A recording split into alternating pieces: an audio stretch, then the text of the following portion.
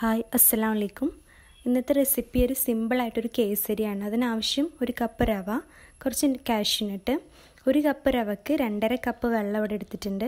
പിന്നെ റവയുടെ അതേ മെഷർമെൻറ്റിൽ പഞ്ചസാര, കടലപ്പരിപ്പ്, കിസ്മിസ്, പിന്നെ ആവശ്യത്തിന് നെയ്യ്. ഇത്രയും ഇൻഗ്രീഡിയൻസ് വെച്ചിട്ട് നമുക്ക് സിമ്പിളായിട്ടൊരു കേസരി ഉണ്ടാക്കുക എങ്ങനെയെന്ന് നോക്കാം. അപ്പോൾ ആദ്യം നമ്മൾ ഒരു പാൻ വെച്ചിട്ട് അതിൽ 1 ടേബിൾ സ്പൂൺ നെയ്യ് ഒഴിച്ചിട്ടുണ്ട്. നെയ്യൊന്ന് മെൽറ്റായി വരുമ്പോൾ നമുക്ക് നമ്മളെ നട്ട്സൊക്കെ ഒന്ന് വറുത്തെടുക്കുക. ആദ്യം കിസ്മിസ് ഒന്ന് വറുത്തെടുക്കുക. പിന്നെ കാഷ്യൂനട്ട് ജസ്റ്റ് ഒക്കെ ഒരു ഗോൾഡൻ കളറാവണ വരെ ഒന്ന് വറുത്തെടുത്താൽ മതി. നമുക്ക് ആൽമണ്ട്സ് ഒക്കെ ഉണ്ടെങ്കിൽ അതും ആഡ് ചെയ്ത് കൊടുക്കാം കേട്ടോ. പിന്നെ കടലപ്പരിപ്പും കൂടി ഇട്ടിട്ട് ജസ്റ്റ് ഒന്ന് വറുത്തെടുക്കാം. പിന്നെ ആ സെയിം നെയ്യിൽ തന്നെ നമ്മളെ റവ ഒന്ന് ഇട്ട് കൊടുക്കുകയാണ്.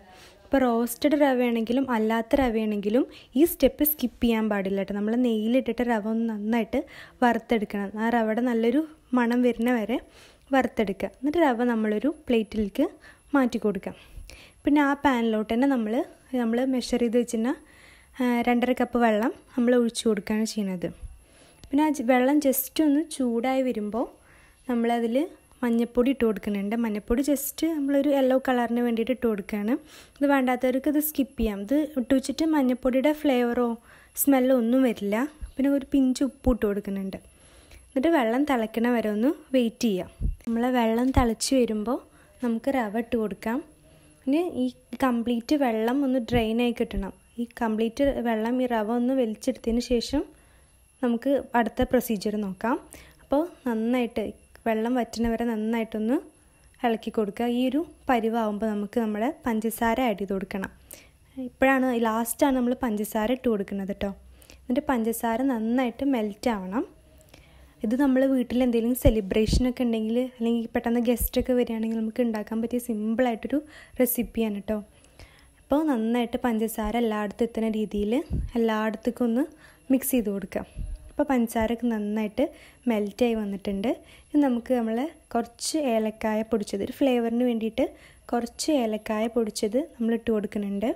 അത് നന്നായിട്ട് ഇത് മിക്സ് ചെയ്ത് കൊടുക്കുക.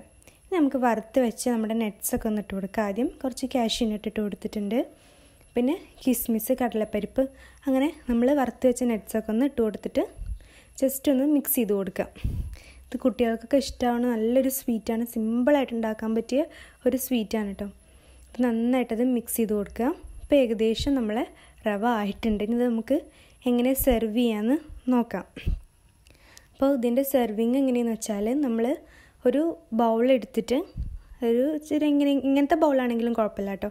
ഒരു ബൗളെടുത്താൽ കുറച്ച് നെയ്യ് തടവിയിട്ട് നമ്മൾ ഉണ്ടാക്കി വെച്ച കേസരി ഇതിലോട്ട് സെർവ് ചെയ്യാണ് ചെയ്യുന്നത്. അപ്പോൾ ഇത് പ്ലെയിൻ കേസരിയാണ്. നമ്മളിതിൽ ഫ്രൂട്ട്സൊക്കെ ഇട്ടിട്ടും ചിലവർ ഉണ്ടാക്കാറുണ്ട്. അത് കുറച്ച് ഡിഫറെൻ്റ് ആയിരിക്കും. ഇപ്പോൾ നമ്മളെ കേസരി ഇവിടെ റെഡി ആയിട്ടുണ്ട്. അപ്പോൾ എല്ലാവർക്കും ഇഷ്ടമാവുന്ന നല്ലൊരു ടേസ്റ്റുള്ളൊരു കേസരിയാണ്. അപ്പോൾ എല്ലാവരും എന്തായാലും ട്രൈ ചെയ്ത് നോക്കിയിട്ട് ഫീഡ്ബാക്ക് കമൻറ്റ് ബോക്സിൽ അറിയിക്കാം.